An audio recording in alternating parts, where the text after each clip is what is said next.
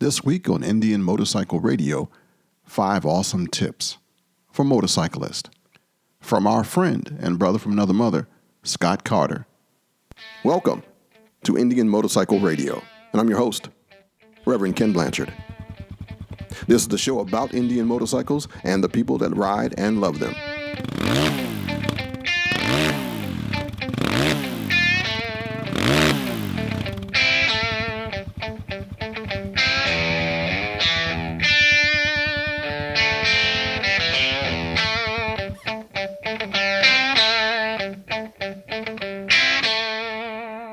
Hey, I'm so glad that you're here this week. I was sitting there watching television and watching the world burn down, and I thought, man, where the cool people at? And there you are. Hope you're doing all right. Here's 5 awesome tips. Actually, it's more than 5, but that's all I could write down. I mean, it was just so much stuff my man was spitting out. We got experienced rider, former U.S. Marine, and friend, Scott. He's sharing some awesome tips and some stories for riding. This is truly a listener-sponsored show, so come on board, share your wisdom, experience, and your ride. You know, like nobody knows everything, but together, we can do some stuff. So imagine right now that we are on a ride. We just finished 2 hours. I don't know where we were going, but it was a 2-hour ride, and the weather's perfect. It's nice. We're all hungry now. Stomachs are growling. Somebody got to go to the restroom, and we pull off at this little roadside joint, and they have Philadelphia steak and cheese sandwich. Yeah, a Philly steak and cheese. Sounds real good right about now. And we got ours, and we're sitting there on the picnic table outside. Somebody got a big thing of barbecue, and we are chowing down. You are licking your fingers because the juice is running down your arm. It's just tasting so good. And then Scott, he finishes first and decides to just lay down some wisdom. So here, and join us here in this conversation as Scott gives us some riding tips. I was listening to your thing today, and the rabbi was talking about mechanics. I mean, you need to know if something goes down, where's a good mechanic? I was out in Gettysburg, and my brakes went out. Not out, but I think I replaced my brakes at 40,000 miles. I mean, that's it's highway miles, so it was a lot. And the guy's like, "There's no way this is the first time you're replacing your brakes." And I'm like, "Dude, yeah." And so he happened to have some in his shop. One of my friends knew him because he lives out in Gettysburg. So we went over to his house, and he's got it all stuff, all his tools set up and everything. Had a couple guys working for him, and he happened to have some that would fit my VTX. So we bought the brakes and figured we'd go back to my friend's house and put them on. I'm like, "Dude, you got the tools for this?" And he's like, "I don't know." And I said, "How much will you charge me?" And the guy's like, $20, I'll put them on for you. So we stood there, shot the shit with him for, 35, 40 minutes while he was putting on the brake pads. And I went to pay him. He was like, "No, man." He said, "It was good conversation. Don't even worry about it." Yeah, that's how we roll. Yeah. And that's what people need to know is where to eat, not the touristy spots, but where to eat, and good rides that maybe some people don't know about, So I'm going to look into it and see what I can do about it. But I wanted to talk about planning a trip because there's so much stuff that goes into this. Let's do it. We've been doing it since I think 2005 when I bought my VTX. We took our first trip, and then over the years we've missed a year here and there from somebody losing a job or changing a job, or last year COVID.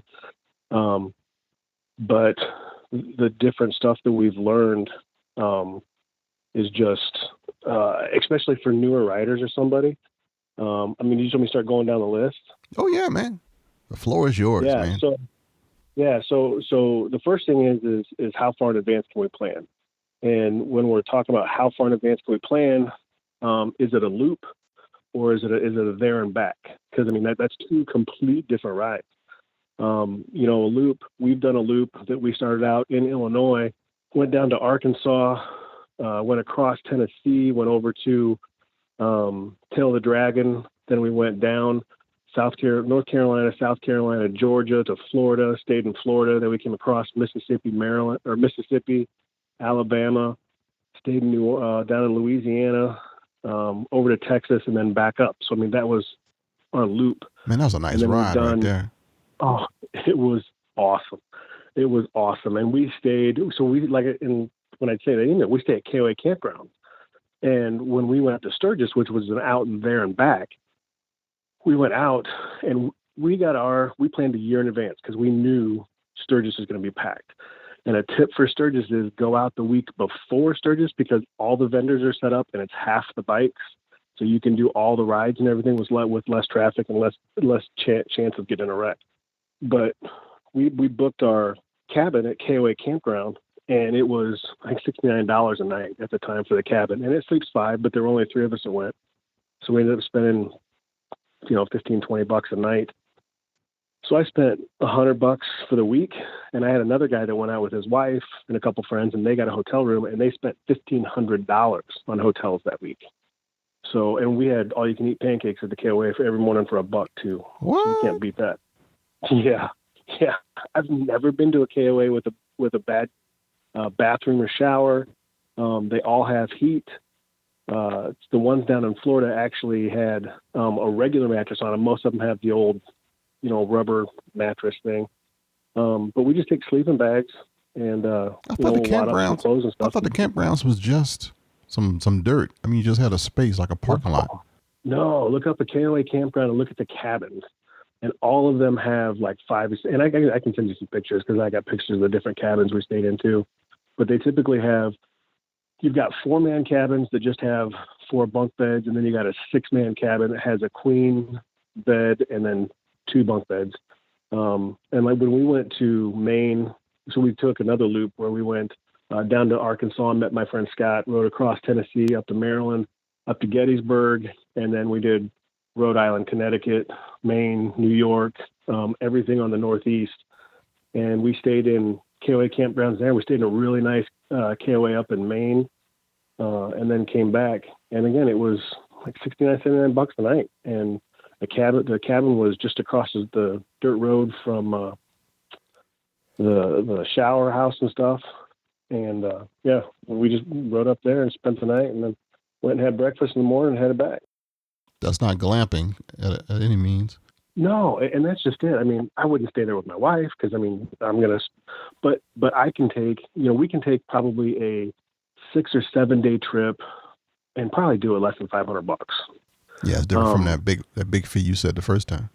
Yeah, and it's not. There's so many different ways to do it. I mean, now when we went up to and so when you're doing these trips, if you book hotels, and then you try and cancel the hotel late, like say it's raining and you can't get to the hotel, which happened to us. And a couple of the guys had booked one of the hotels through Travelocity or whatever. It took him 2.5 hours to get that canceled.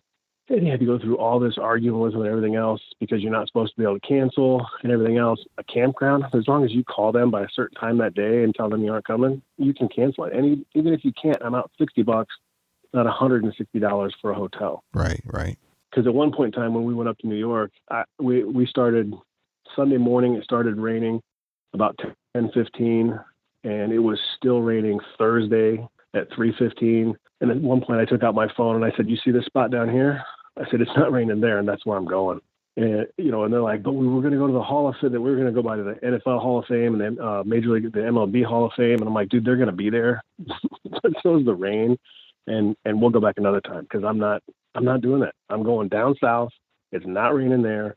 I'm tired of riding in the rain. I'm tired of riding in the sleet. I'm going someplace else. So we made a call. All right. But anyway, so once you get it planned and you know where you're going, whether you're doing a loop or whether you're doing a there and back, then you got to decide, why are we going? Is it a rally? Is it sightseeing? Are we going just to see the riding and the sights?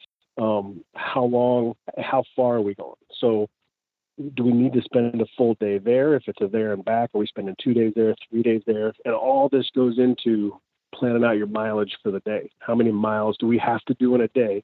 So we'll typically leave on a Thursday night and we'll try and be back. And I'll get another part. We'll try and be back by Friday or Saturday the next week is our goal to be back. So we'll have a full 7 days that we're gone. Now, do we want to spend 2 days riding? Because like the loop that we did down to Florida and Alabama and all those places, that was a full 7-day loop. So we left and got back 7 days later. But now when we went out to Sturgis, that was a day and a half to get out. And then we spent 4 days out there and then a day and a half to get back. So knowing how much you got to ride each day and then mapping out your miles. And then once you figure out how many miles you have to do every day, then we go back and figure out where the KOAs are.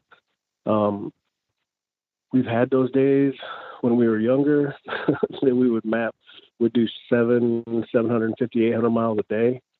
I'm 53 now, and we have cut that limit to about 400 to 450 miles a day. Yeah.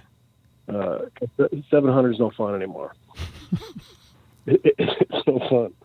I remember the first time I rode from Christiansburg, Virginia, where I lived, up to Peoria, Illinois, to get my friend to go to Sturgis.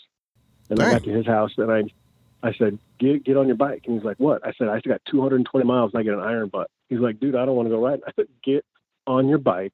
I got 220 miles. I don't care if we go in a circle for 220 miles. I got to get my iron butt. And then he wouldn't do it, so I didn't do it. Yeah, you a rider. But, I love it. I can't say enough about it. It's just the white noise. I don't need a stereo on my bike. I can ride for days with nothing. If I could figure out a way to get paid and ride, I would never be home. The iron horse, man. Just you and the wind yeah. therapy. I would be on it 24/7. That's cool right there. So KOAs. So we find our KOAs, and then we figure out, how much do we want to spend a night, and then we, get it out per person. So that's where we're going to be with our KOAs. Now leading up to the trip, I've got saddle time. You have to get saddle time before you go on your trip. You cannot be a garage motorcycle and then go get on your motorcycle and do 400 or 500 miles a day. You'll be okay that day, but the next day you're going to pay for it. And my wife, how so? I used to come home because you get sore. Oh, okay. So you'll go into you'll go into numb butt. So we call it numb butt, about 200-300 miles in. It just comes numb. That's it. But the next day you get up, your back's going to hurt. Your butt's going to, as soon as you sit on that bike, it's going to hurt. Oh, yeah. So we did. Yeah. So I'll come home the month before we take a trip. I will literally come home and go ride for an hour and a half. And I told my wife, she's like, where are you going? I said, I'm going to get some saddle time. Okay, where are you going? I'm going to get some saddle time, and I'll go ride for an hour and a half. Well, she started taking trips with me. And now she understands that you got to get some saddle time in, because we did 250 miles in one day. And she's like, oh my God, I'm so sore. And I said, that's what I've been trying to tell you. You've got to get some riding in before you go. I've never heard that. Oh yeah. Saddle time. That's good. That will help you so much. Stay on the bike. Leading up to that trip. Yeah. Yep. Stay on the bike. Get used to it. Yep. And if you got something that'll give you a chance, rattle it or anything else. If I'm getting close to an oil change, I know we were talking about oil changes. You fix what's broken. And yeah. Make sure that everything is nice and tight. I've got some Loctite that I carry with me, the blue, not the red, just to make sure if something's rattling, something's loose, I can tighten it down. I make sure I've got Allen wrenches that fit every little extra adapter piece that I put on, any piece of chrome that I put on. I've got the Allen wrenches just in case something starts to rattle loose. When we start prepping for the ride, we make sure that we exchanged our contact information. So in your phone, you always want to put ICE or wife or spouse or something next to your wife's name. And then we make sure that I've got the spouse or the significant other's phone number of every person that's going with us. I make sure they've got my wife's name and number. And then I make sure that my wife and the other wives have all of their contact information. Smart stuff. So that if something does happen, we can reach out to one person, and that one person can communicate with the rest of the group and let them know what's going on. Right. Packing. Leave room for souvenirs. Souvenirs is what I got. Limit the jeans. If we're going for 6 or 7 days, it's 2 pair of jeans. 3 if you want to stretch it. It's 2 pair of jeans. If you're going for 7 or 8 days, 3 or 4 shirts. You're going to pick up extra shirts on the way. Extra socks. If you're going for 7 days, I take 9, 10 pair of socks because something's going to get wet. It just happens. Yeah. An extra pair of boots is important. Spray both pair of boots before you leave, 24 to 48 hours with water repellent, just so that they're fresh. Always pack flip-flops, sunscreen. extra glasses, extra contacts if you got them, med holders, Band-Aids and antibiotics. I know that if something goes down, Band-Aids and antibiotics isn't going to help you, but if you have to work on something and you scrape a knuckle, you cut something. I fell on a cactus one time and had all the, we literally have a thing that's called Welcome to My World, WTMW, because something always happens to me. Every trip, something happens. And yeah, I fell on a cactus, the only cactus I could find on the entire beach out in North Carolina. I tripped, I fell, I rolled on a cactus, a prickly pear cactus, and I had probably 150 of the little ouch barbs in my shoulder, and we couldn't get them all out. Didn't have tweezers, so we put Neosporin all over the back of it, and it was a wonderful thing with my shirt blowing on it for the entire day. But yeah, Band-Aids, antibiotic ointment, tools. But we try and carry like a multi-tool kit. Yeah. Oh yeah, just something like that. Flashlight, sunscreen, and I know it's not a guy thing, and I know it's not cool, but lip balm. Oh yeah. Because burnt lips suck. Yeah. Yeah. It hurt for a long time. Oh yeah. I mean that, and there's nothing. It just doesn't go away. It does not go away. That's a major body part for me. Pack for the cold, pack for the hot, pack for the rain. And then there's certain things that you want to invest in when you're going. Invest in a helmet, and you want to invest in a rain suit. Because true story, we were going in New York. It's 44 degrees. It's sleeting in June, and the guy in front of me's rain suit starts flying back past me in pieces. He had bought one of those cheap, $15 Walmart rain suits, and it had touched his PVC exhaust. plastic stuff. Yeah, and it just, by the time we stopped, he had a left leg, and then a left leg, and his neck had ripped off. He had the collar around his neck, and it looked like a vest with a little bit of a cape on it. And I'm like, dude, it was awesome. Tales from the road. It was great. Yeah, I'm like, what was all that stuff? But I stopped and I looked. I'm like, dude, where's your rain suit? We just answered your first question with that question. Oh, so what's a good one? Where'd you get yours? Where'd I get my? Oh, so I actually went online. I went on and looked up. My wife and I got them. I just looked up motorcycle rain suits.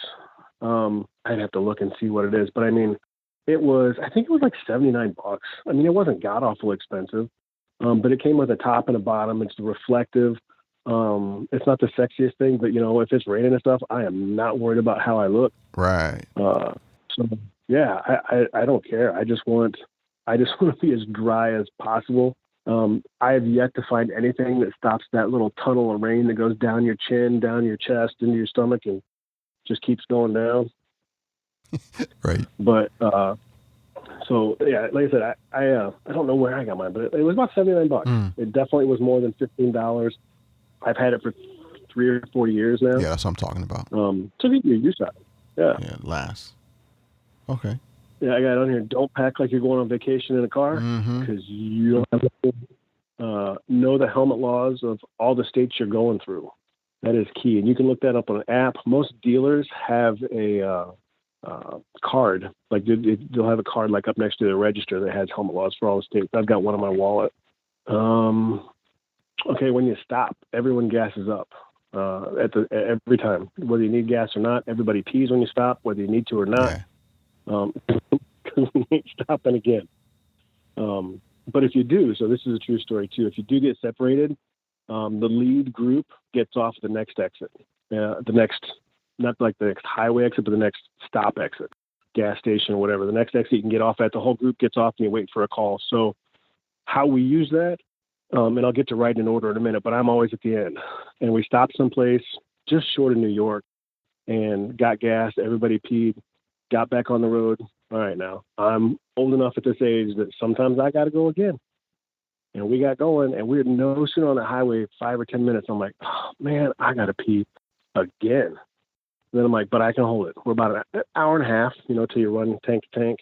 And then I hit a pothole that I was not paying attention, and that bike came up and hit me. Like, nope, got to pee now. And there was no time to catch anybody.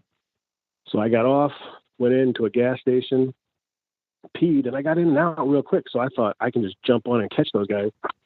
That was not the case. So I got on, I take off, I can't catch them. So finally I pull off the next exit. Now I'm 10 miles into New York, and I just sat there and waited. And pretty soon they called and said, "Where you at?" I said, "Mile marker so-and-so in New York." They said, "Okay, we're about 13 miles behind you. We'll be right there." So then they all came up. But having a plan that if you get separated, what you're going to do to meet up, how long you're going to wait for that call before somebody starts backtracking, that's all critical communication when you're planning a trip. What's the largest number of people that you've had riding with you? Smaller rides, I mean, I went out with the Marine Corps group here, and we had 8 or 9 people. Typically, our rides were myself, my dad, my friend Mike, my friend Scott. Then my dad wasn't able to ride anymore, so it was me, Mike, and Scott. Most of my rides have been Mike, Scott, and I. My friend Neil joined us about 2 years ago when we went up to Maine. We usually have 6, 7 guys that all say they want to go, and it's always just us 3 or 4 that always end up actually going because somebody's wife decides they can't, something comes up at work. But we've been doing this long enough. We know that you got to plan around work. You can't pop a trip on your wife 2 weeks before you go. No, looks shady. So as soon as we start planning, the wives know about it. Here's when we want to take our trip. Here's where we're going. Here's what we're thinking. So they know it's coming up. And I always tell my wife, I got 3 weeks vacation a year. I got 1 for the bike. I got 1 if you want to go do something, and I got 1 for us. If you want to take the one that you want to go do something and you want me to go, cool. If not, you go do your thing and I'll do mine. But I get a week a year with nothing but bike. Oh man, so you put that out front. That's all right there. That'll keep you married. Yeah. And I've had a bike since I was 17. The Indian, she was completely on board. I went and I rode a full, with the stereo, not the Roadmaster, just the Chieftain, the black horse, or the dark horse with all the bells and whistles on it and stuff. Mm-hmm. I went and rode it. I went to the dealership here in Peoria, and I went in and I said I wanted to ride one. And the guy said, "You ready to buy today?"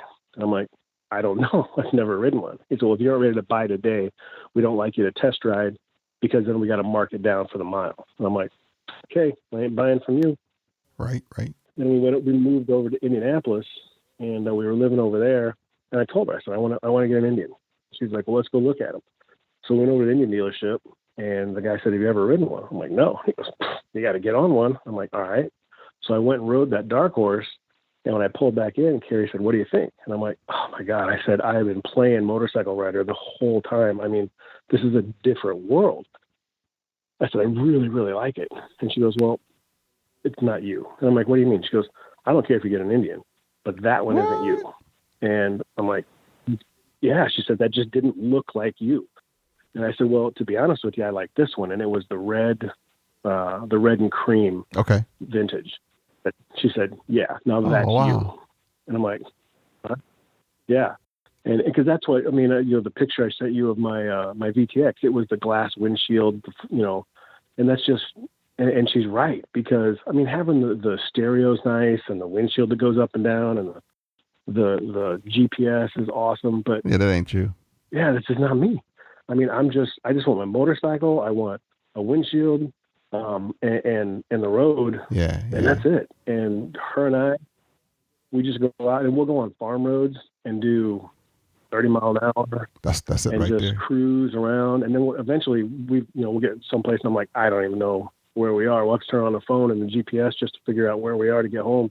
But I mean, it's just, like I said, I can ride on it all day. I can ride on it all day and just be happy with it. You made me think about I did a wedding in September back in Pennsylvania, and I was riding. I didn't have my bike then. I was riding with my car through like the dairy farms and the small roads and the corn on each side. And then every once in a while you see a silo and on all the smells. And I was like, this road right here was made for a motorcycle. Oh yeah. Yeah. Yeah. We went up to Iowa and we went over to Field of Dreams and we're riding around and my wife, now I'm thinking it, but I ain't saying it because we were in her car and I'm just looking around and she went, and I'm like, what? And she said, this would be nice riding territory. I'm like, okay, I was thinking that. I just wasn't going to say it. But we are definitely on the same page. That's good right there. Yeah, we were, the first time my friend Mike that I've ridden with, he's been through the Smokies all the time with Caterpillar and driving to work and stuff. But the first time he went through it on a motorcycle, I pulled up next to him and I looked over and I kind of give that shrugged shoulders, like, what do you think? And he just took his arms, both arms he had on cruise. He just took both his arms, kind of swept them apart, like, just look. And I explained to people, I'm like, unless you cross the country or go someplace on a motorcycle, you have no idea what you're missing. Because, like I said, when we go to the campground and we stay in the cabins, we will sit up for hours just talking about, did you see this? Did you see that? Oh, man, when we came around that corner and that whole vista was right there. You just talk about that stuff. And, I can sit and I look at my pictures from when we went to Sturgis or when we call them Mancations. That's what my wife coined the phrase, Mancations. I like that. Yep. And she said, so when's your Mancation this year? So I got Mancation 2017 and Mancation 2008. And, that's how I label all my albums. Wow. And I used to put them on DVDs and set them to music and take the pictures and do all the editing and bounce the songs and stuff. We had one trip where it was supposed to be Scott, me, Dad, and Mike. And we were going to go out to the Outer Banks, and we island hopped the Outer Banks, took the ferries on the motorcycles, and camped out in a tent on the beach. And the week before we were supposed to leave, Scott called up and he said, dude, I can't. And we're like, what? He said, yeah, they told me I had 3 weeks vacation. And then when I told them I was getting ready to leave next week, and they're like, oh, no, your week, you can't take it if you haven't accrued it yet. So you can't go for 2 more weeks. So he didn't have the vacation time to go. So we went. So every place we stopped and took a picture, we had 2 bikes, a space, and then 1 bike. And then when I went back and made the DVD, I had this little arrow bounce in the screen that said, insert bike here, Scott. And then when I sent him the DVD, he's watching it. Every picture has this little thing bounce in. It says, insert your bike here, insert your bike here. So. Oh, that's all right. Man, folks don't understand the camaraderie, the beauty, how much stuff you see and how much stuff you miss when you're not doing it. Yeah, there's so much stuff you take for granted. And when you get used to doing it on the bike, we'll be driving in the car and my wife's like, are you mad at me? And I'm like, no, why? She's like, you haven't said anything to me in an hour. I'm like, I'm just looking. I guess I just got used to it. You miss. Yeah, you miss the silos like you were talking about. You miss the 4 horses that were down there in the corner and the little baby horse that was, you miss all that stuff when you're in your car and you're in a hurry and you're on the highway and you're just watching all the jerks. Like when we plan the trip, we try and take side roads. Now, we'll take side roads to run adjacent to a highway in case we need to make up time, but we want to take side. I just want to enjoy it, Yeah. I used to train my kids when we were riding. I used to say, did you see that dog? And they were like, no. And I was like, you got to look. And then when they got bored with that, I'd make up stuff. I go, well, there was a dragon over there. You missed it. And they were like, oh. So everybody's diving into the window. And my wife was like, what are you doing? I was like, I'm living the best I can. That's right. we were going through, we were going down by Florida, and we were down by, where they fly the planes and stuff. What is that down there? Nope. It was in the panhandle of Florida. Anyway, we're riding along, and I look over. I'm just to the left, and Scott's to the right. And I look over, and there's an F-16 doing a bank right there. I can see the bottom of it perfect. And I pointed over, and Scott looked at me, and he's like, what? And he pointed towards the tank. I'm like, no. And I pointed over. So he starts slowing down and pulls over. And I pulled over. I'm like, what are you doing? He goes, you want me to pull over? I said, no. Look to the right, dude. And he looked, and he was like, nothing. I said, no, there was an F-16, like, right by your head. So, yeah, it's you just, while I'm talking about that, though. So if you have groups that ride in the same order every time. Mm-hmm. Pick out the guy that's leading, let him lead. My friend Mike is always in the lead. I don't care if we got 1 guy with us, 2 guys with us, 6 guys with us. Mike leads. I'm always at the end. I can tell. I've been riding with Mike, 15 years. I know I just know when Mike's going to want to change lanes, and I'll go ahead and go over and get the lane and let him pull over and take the group with him. The other thing is Mike knows when we've got to stop. You know what? If he's going to miss a turn, he's going to miss a turn. But we're not going to slam on the brakes and make everybody go wild. We've let other people lead before, and they've done just that, slam on the brakes or try and slow down real fast to catch a turn. And it's not worth anybody getting hurt. So if you stay in the same order every time, it just lets everybody get their groove. Everybody can rely on everybody else. Everybody gets to understand how everybody else is going to ride. I like that, because there's a whole bunch of people who don't like to ride with anybody because they've had those bad experiences and first. If you get with somebody, and you know what, maybe you get to where you're only riding two people, and you got one guy, he always rides to the left, like Mike and I. It doesn't matter. He's always to the left, I'm always to the right. Doesn't matter how fast we're going, doesn't matter where we're going. He's to the left, I'm to the right. Never do we switch it up, and he's always just half a bike length in front. So when we end up riding, he's on the front left. Whoever's behind him is to the right, and then somebody else will be to the left. So, I mean, we stagger it, but we always stay in that order. I know that if we're turned to the right and I'm with Mike, I'm going to turn this corner a little tighter, and he's going to swoop out just fine. I know how much room he needs. If he's turning to the left, I know how tight he's going to turn, and I'm going to go ahead and turn in that way. And if you're riding with two people and you're going in a group of 4 or 5 or 6, stay next to the person you're used to riding with in the side that you typically ride with. When you're on a trip, only ride to your... That's a good list, dude. I got to ask locals where to eat. Oh, here you go. If they're in a storm. So if you see a storm ahead, and we've learned from this too, stop, plan where you're going to do, make your change of your gear there. Don't wait to get in the storm to change, because then you're putting on your rain gear on top of your wet clothes, and it just makes for a miserable day. But the key to all this is only ride to your least experienced rider's comfort level, and they have to be honest. If we were in New York when we were going to New York. It's June, it's 44 degrees, and it's sleeting, and we're doing 70 mile an hour. And finally, I'm like, and this was Scott, the guy that we don't typically lead. He went out to pass a semi at 70 mile an hour, and it's sleeting. And I'm like, dude, I'm done. I'm not doing this. I don't feel comfortable doing this.